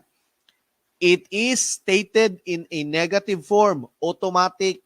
You are going to look for the H sub O statement. H sub O, null hypothesis. Stated here, no significant, negative. the null hypothesis will always be stated in a negative form. Now, question, why is it that Roman numeral 1 is the answer? No significant difference, man. Why is it that not Roman numeral 2? Not equal maning Roman numeral 2. No? No significant difference. Walang pagkaiba. So meaning equal. No significant difference. Null hypothesis. X sub 1, food intake of the office worker. Walang panagkaiba. No significant difference. Parihas between the food intake of group of teachers. X sub 2. Null hypothesis. Basta no significant. Stated in a negative form, null hypothesis. Ang null hypothesis, dili inani. H sub A, alternate hypothesis.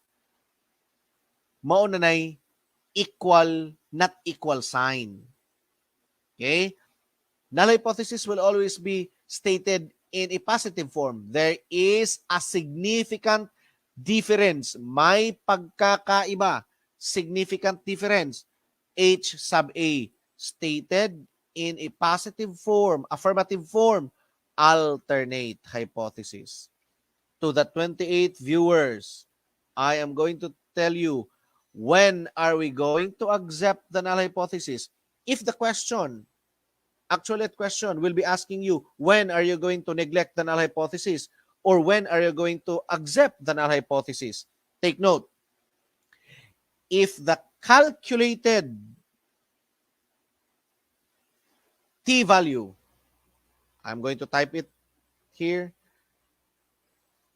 CV, if the calculated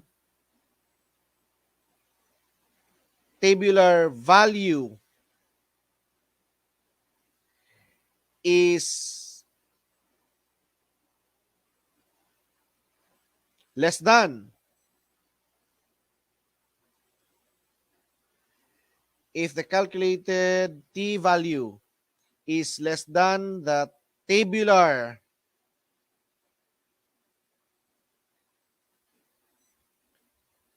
t-value,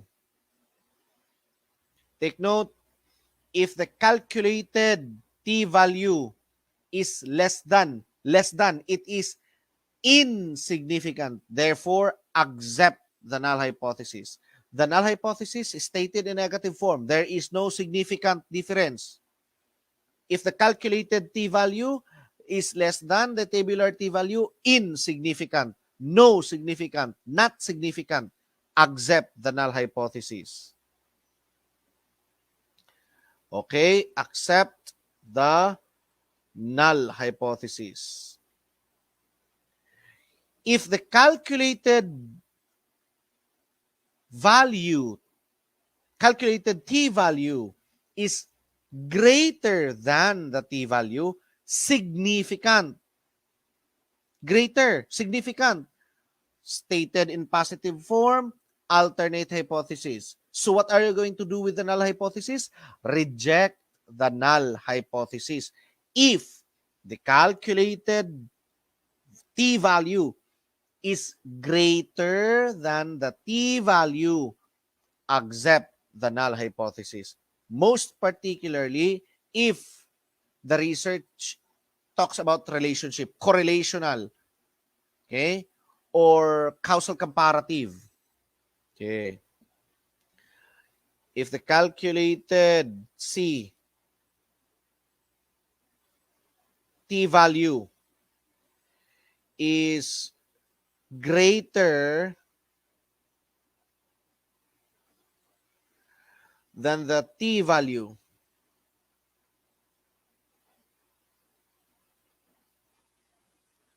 okay, if the calculated t-value is greater than the t-value, it is significant, therefore, reject the null hypothesis. Okay. Let's proceed. The usual signature of Leonor Rivera when she wrote a letter to Jose, Taimis. Okay? That's the pin name of Lino Rivera. That's her signature when she sent letters to Dr. Jose Rizal. Okay. Next, the last but failed to be published article of Rizal in Diario Tagalog, Revista de Madrid. Los Viajes is published in La Solidaridad, Amor Patrio, Love of One's Country, that's still published in Diario Tagalog. A la Señorita is a poem dedicated to Consuelo. Okay.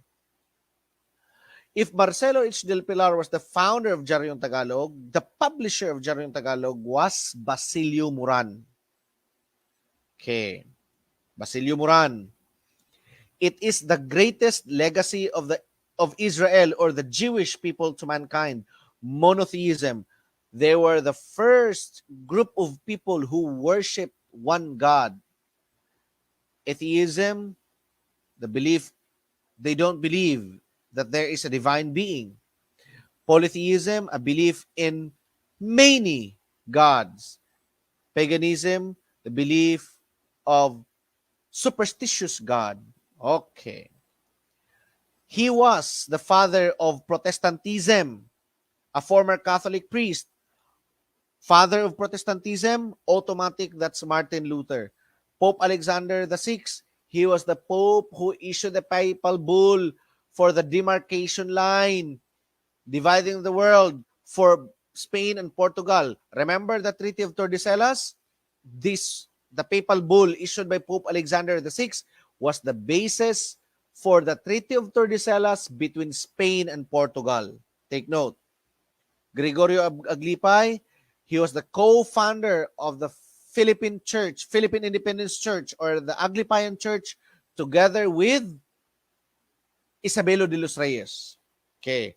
The founder of the first labor union of the Philippines, Isabelo de los Reyes. Gregorio Aglipay, co-founder and the first supreme bishop of the Philippine Independent Church. Okay. They were Catholics, but not in communion with Rome. Pope Leo X, he was the Pope who excommunicated Martin Luther. By the way, why is it that Martin Luther was excommunicated? It was due to his 95 Thesis, due to his opposition on some church doctrines such as indulgences and purgatories. Take note, no? But he was not excommunicated right then. Okay? He was being called and asked to retract all his claims against the Catholic Church. But he refuses. He refused. So it was Pope Leo X who excommunicated Martin Luther. Okay.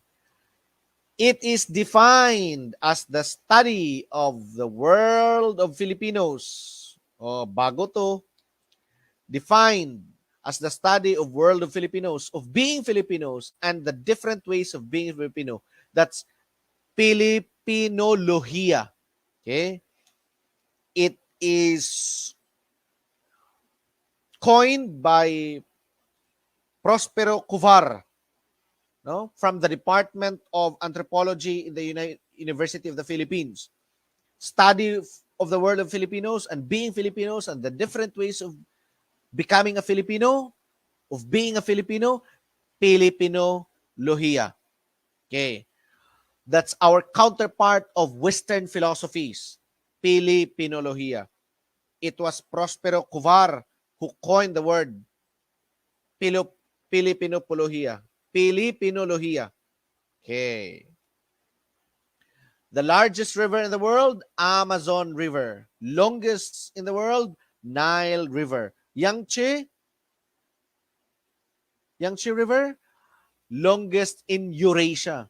And the longest river in the world to run in one country, only in China. Cagayan River, longest in the Philippines. Again, largest, the Amazon in South America. Nile River, Egypt, longest. Yangtze, longest in Eurasia, and longest in the world running in one country. Cagayan, longest in the Philippines.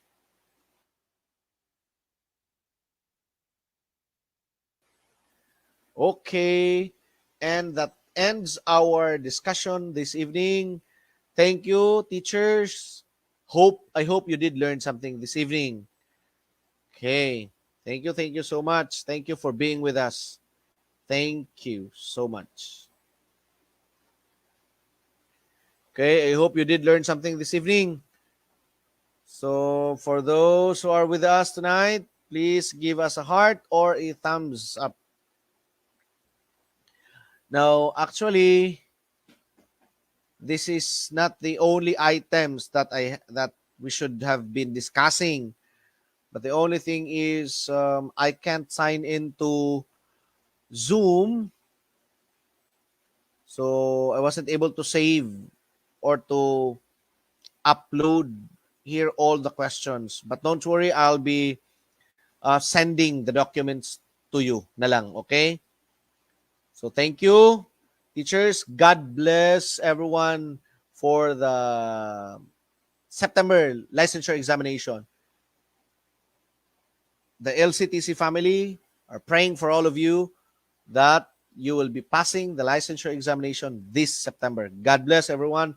Thank you, and goodbye.